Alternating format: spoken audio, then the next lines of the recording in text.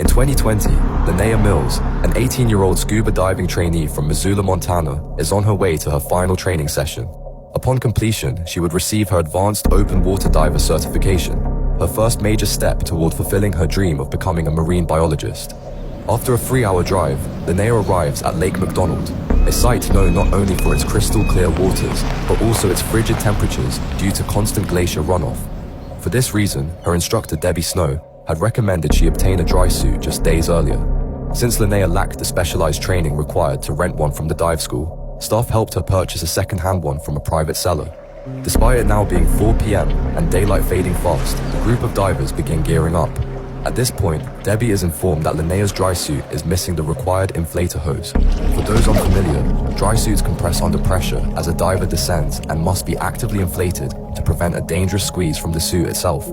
Although the inflator hose is a critical component, Debbie dismisses the concern, insisting Linnea use the suit like a standard wetsuit, relying solely on a BCD provided to her for buoyancy control. Trusting that her instructor knows best, Linnea complies.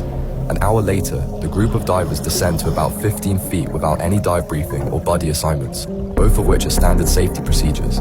Less than 10 minutes into the dive, one diver signals to surface due to being cold. Without hesitation, Debbie escorts them back up, leaving Linnea and another trainee, Bob Gentry, alone underwater.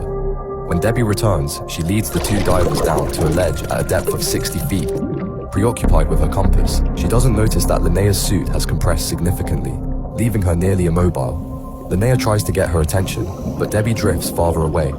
Fortunately, Bob glances over and sees that Linnea is struggling, but just as he reaches her, she falls backward off the ledge and begins to sink. Bob swims after her, finally catching up at a depth of 85 feet. He tries to inflate Linnea's BCD, but quickly realizes it's already at maximum capacity. Fighting to stay calm, he reaches for her weight belt, only to discover she wasn't given a quick release system. Instead, 44 pounds of loose dive weights are zippered into her BCD pockets, making them nearly impossible to remove in an emergency. To make matters worse, Linnea weighs just under 150 pounds, meaning she's carrying more than twice the recommended amount. Bob does everything he can to help Linnea, even offering her air through his regulator, but it's no use. Her dry suit has compressed so tightly that she can't expand her chest enough to take a breath. With his own air supply running critically low, Bob is forced to leave Linnea behind and resurface.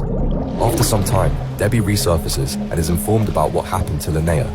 With the help of her assistant, the two descend in an attempt to retrieve her, but it's far too late.